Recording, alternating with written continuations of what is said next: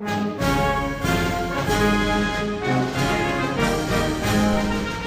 folks, yesterday in America on ABC News Network there was a TV show called 2020, which is usually a weekly show, and yesterday their theme was the Sistine Chapel in the Vatican City in Rome.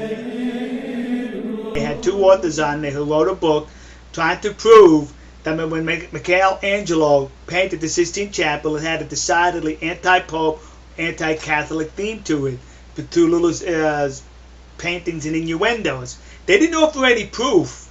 They just used suggestions, such as this little panel here.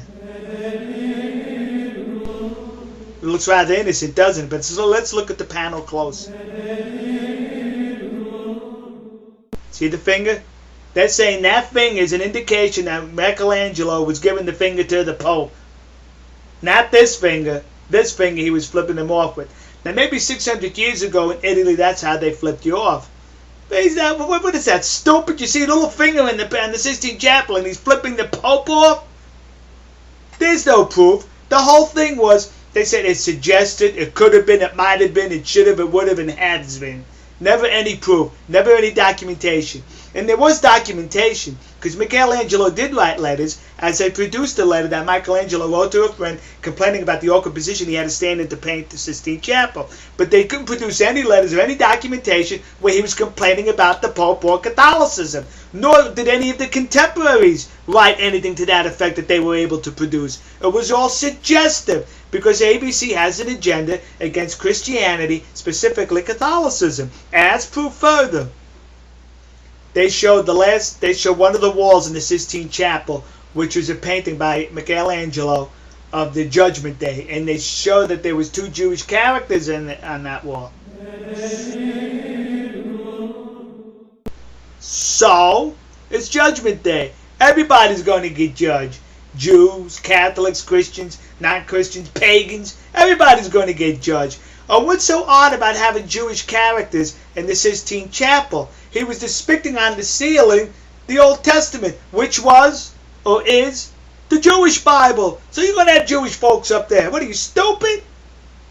Some months ago, ABC did a documentary trying to prove the Da Vinci Code was correct, or something to that effect. And they used this painting by Leonardo da Vinci. This painting by Leonardo da Vinci is of the Last Supper, painted 1400 years after the fact, and they said that's proof that Jesus had an affair or was married to Mary Magdalene. And look at this. Well, that person had feminine features, so it had to be Mary Magdalene. Not St. John, who that's supposed to be. That had to be Mary Magdalene. But did they look on the other side of Jesus Christ? Look on the other side.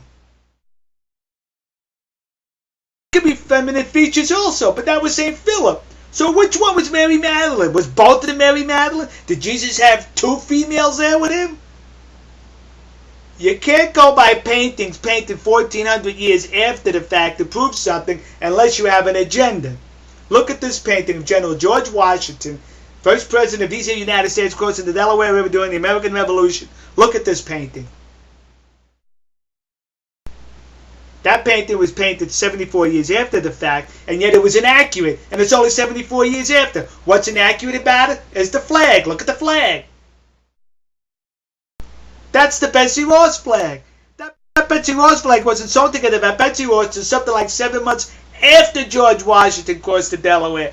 The flag that George Washington had in that boat, if he had a flag in that boat, but the flag that George Washington fought under at the time was the Grand Union flag. So ABC and the news media, we know your anti-Christian theme. We know you got to attack Catholicism first. We're wise to you. All right, America. Don't believe anything you read in the news media or you see in the news media. It's a bunch of lies, it's misleading, or they leave out the truth. Yeah! All right, see ya. God bless you. God bless America. And God bless the nation you happen to be in. See you, folks.